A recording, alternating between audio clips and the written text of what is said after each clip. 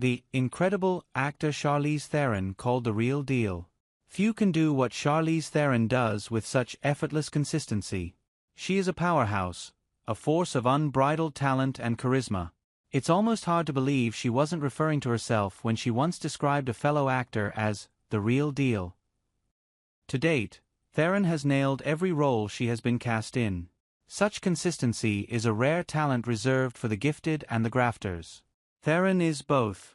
Whether thrashing through a post-apocalyptic wasteland, one-armed and fueled by fury, or staring bitterly into a betraying mirror, longing for eternal beauty at any cost, she proves captivating and believable.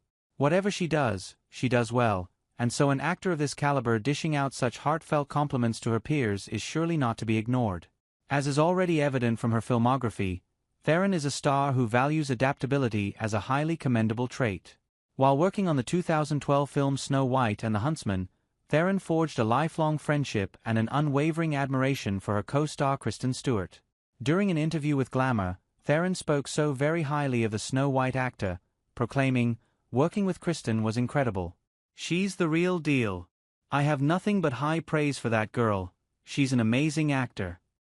Coming from the atomic blonde herself, who could dare argue with that? Theron goes on to further make her point about the Twilight Saga star, saying, "She's got a head on her shoulders, she's got integrity, dignity, a great sense of humor and thick skin. She's smart and really, really talented." It is at this point Stewart, skin as white as snow or not, would surely blush. The Huntsman, where he stood beside her at this point, would have one hell of a big head to lop off, but the praise is surely deserved. At this point in her impressive career, Stewart continues to rack up credit after credit in both critically acclaimed films and commercial successes.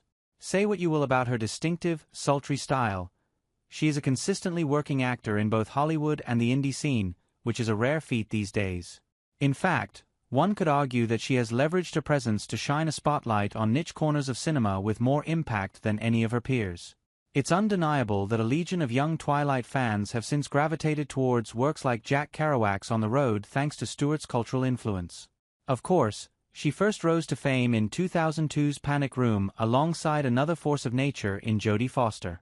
Since then, though not as revered throughout the industry as Theron and Foster, Stewart has gone on to produce varied performances of increasing complexity.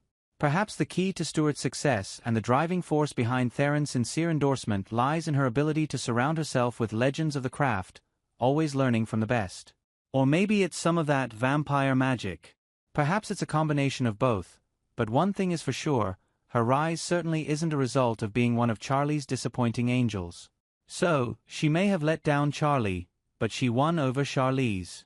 It just goes to show that you cannot have your cake and eat it too, but as a diabetic child trapped in a panic room without food or medicine will tell you, you most definitely can and should, as quickly as possible.